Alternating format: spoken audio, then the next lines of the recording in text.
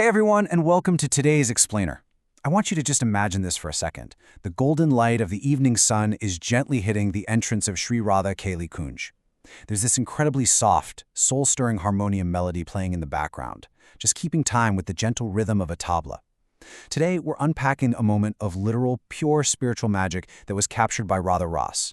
We're going to explore the actual anatomy of stillness, that incredibly rare phenomenon where music actually seems to, well, stop time itself. Okay, so let's dive right into this. Have you ever been in a room completely packed with people, yet the silence is just so profound, so heavy, and honestly so beautiful that you completely forget where you are? As the quote we're looking at highlights, it's that feeling where you could literally hear a pin drop. And that perfectly captures the atmosphere created recently when a world-renowned ghazal singer sat at the feet of Maharaj Ji. In this totally raw, stripped-down acoustic setting, they poured their absolute soul into a performance that commanded just absolute stillness from every single person in the room. Now, what's really fascinating here is the contrast. See, typically, a ghazal is deeply rooted in the pain of worldly longing. It's an art form essentially built on human heartbreak. But notice the stark shift here. When a professional voice, one that is highly trained in expressing worldly pain, meets the ras, the true essence of Vrindavan, it finds its actual home. The very second the singer began singing the glory of Radharani, all that worldly longing transformed instantly into divine love. It genuinely felt like the clock on the wall just completely stopped ticking. No kidding. And the thing is, this kind of transformative power isn't just some isolated incident. Maharaj Ji has this uncanny, almost magnetic ability to bring out the hidden devotee in absolutely everyone.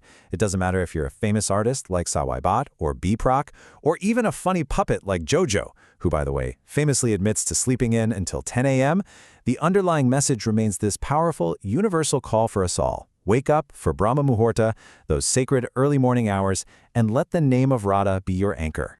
So how exactly does a musical performance seemingly stop time?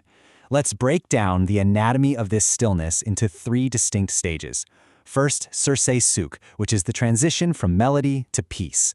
Second, the power of Vani, or sacred verses. And third, the resulting deep emotion. Let's start with stage 1, melody to peace. The first stage is what's known as Surse Sukh. This is that profound spiritual transition from merely hearing a beautiful musical melody to achieving absolute, unshakable inner peace.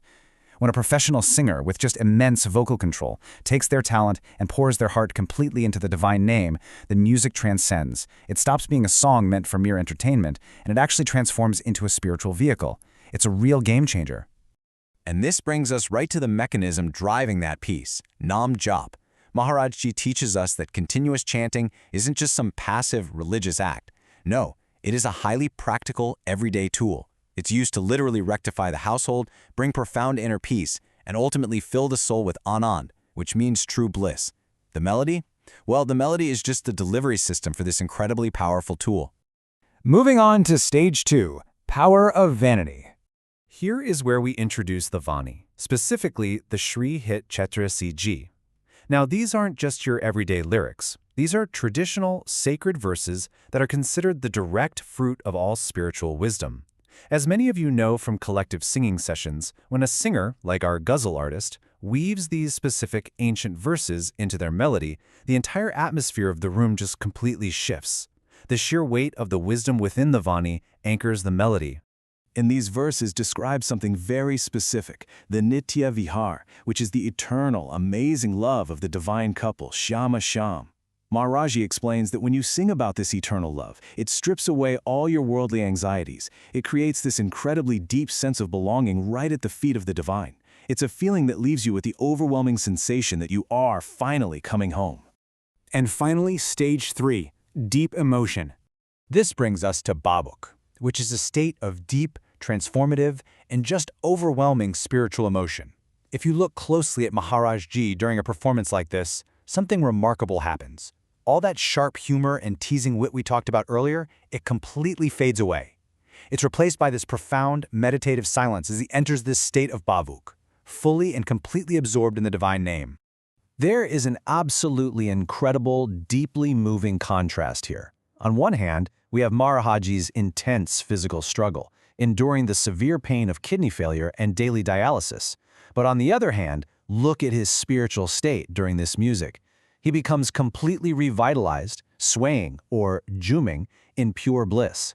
This physical swaying is ultimate proof that the human spirit can remain entirely untouched by severe bodily suffering when it is truly anchored in the name. So, what is the ultimate takeaway? Let's look at the universal lesson for every soul. Well, the beautiful truth presented here is that you absolutely do not need to be a famous, world-renowned ghazal artist to stop time and find peace. Maharajji provides a very simple formula for everyone. The core of it is Sata Nam Jap, engaging in constant chanting throughout your daily life. Whether you are managing a totally chaotic household or you are a dedicated spiritual seeker, holding on to that name is exactly what invokes the Sakshat, the manifest real presence of divine love right into your own heart. So, if dissecting this moment of stillness has brought even a little bit of peace to your day, I'd love for you to join this wave of devotion by dropping a Radhe Radhe in the comments below. And to ensure you keep these divine teachings flowing into your life, make sure to subscribe to Radha Ras. That way, you'll stay perfectly connected to the source in the groves of Vrindavan. I want to leave you with this final, provocative thought to ponder as you go about the rest of your day today. Will you let the name anchor your soul today? Until we meet again to explore more incredible source material, keep the name on your lips and the bliss in your heart. Radhe Radhe.